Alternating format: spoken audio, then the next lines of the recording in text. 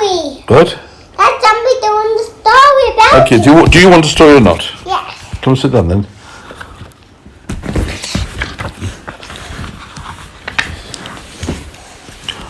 Once upon a time, there was a woman who longed to have a little girl of her own to love and to care for. Which one is the one who wants the little girl? That one or that one, I wonder?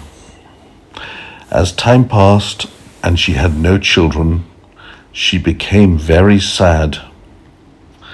Then one day she heard the voice of a wise old woman who could help, and she went to see this wise old woman. Yeah? The wise old woman smiled. "Take this tiny seed and plant it in a flower pot," she said, "and you will have your little girl." The woman took the seed home and planted it. Soon green shoots appeared. Then a flower bud grew between them. At last the flower bud opened and out into a beautiful yellow flower. And right in the center was a little girl, no bigger than the woman's thumb. The woman looked down at the girl. "How pretty you are," she said. "You are so small and dainty. I'm going to call you Thumbelina."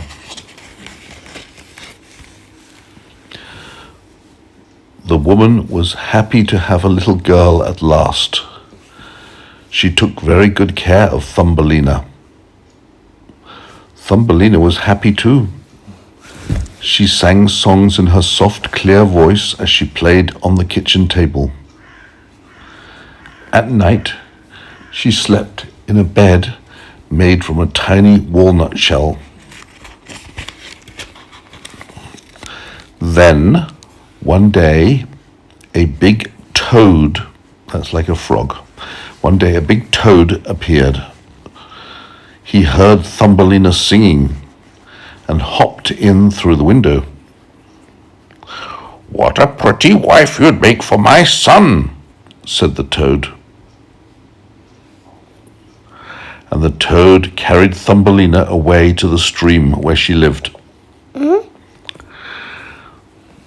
The toad carried Thumbelina away to the stream where the toad lived. That one? We haven't seen exactly where it is yet, but certainly it's by a stream or a river.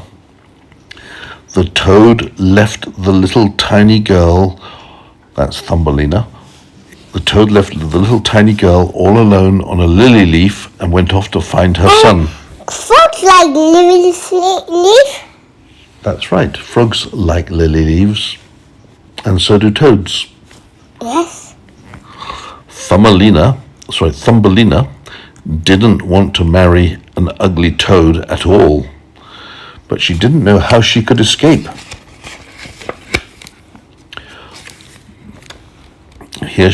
This is Thumbelina sitting on a lily leaf in the middle of the river or the stream.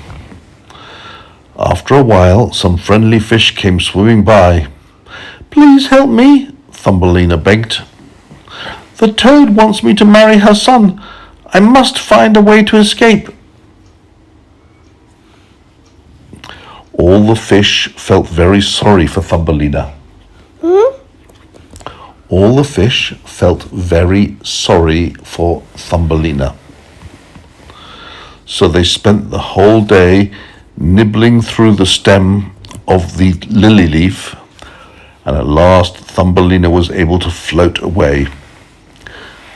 As she drifted down the stream, Thumbelina met a butterfly, a beautiful butterfly. It took her to a pleasant wood where she could make a home for herself. Thumbelina was happy in the wood, eating the nuts and berries that she found and playing with her friends, the butterflies.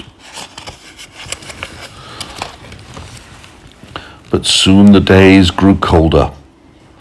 When winter came, it was harder for Thumbelina to find food. Her friends, the butterflies, disappeared, and she was alone. Then, one day, Thumbelina met a friendly field mouse who was just going into her little house. "I'm so hungry," Thumbelina said. "Please, can you help me?" The field mouse took pity on the girl. "Of course," she said. "You can stay with me in my warm house and share my food." Thumbelina lived happily with the field mouse for a long time. But one day the field mouse said, "I can't keep you here much longer. Why don't you marry my friend the mole who lives next door? He has a much bigger house than mine, and he will look after you next winter." Thumbelina did not want to marry the mole. He lived under the ground and knew nothing of the sunny world outside. Why do you want to? Well, would you like to marry a mole? Yes. You would? I don't think so. I would. Lives underground. The next day, the mole visited Thumbelina. "Please come and see where I live," he said. Thumbelina did not want to hurt the mole's feelings, so she followed him into the tunnel that led to his dark underground home. "Be careful," said the mole. "There is a dead bird just here." Thumbelina saw that the bird was a swallow. He was not dead, just very cold and weak. Thumbelina felt sorry for the swallow. She covered him with dried leaves and grass to keep him warm.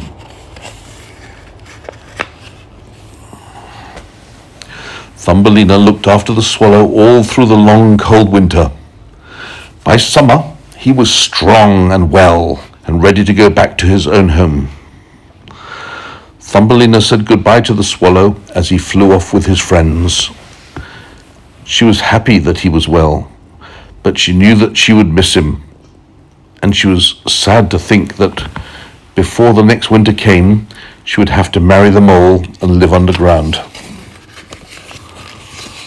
When summer ended, Thumbelina looked up at the sky for the last time with tears in her eyes.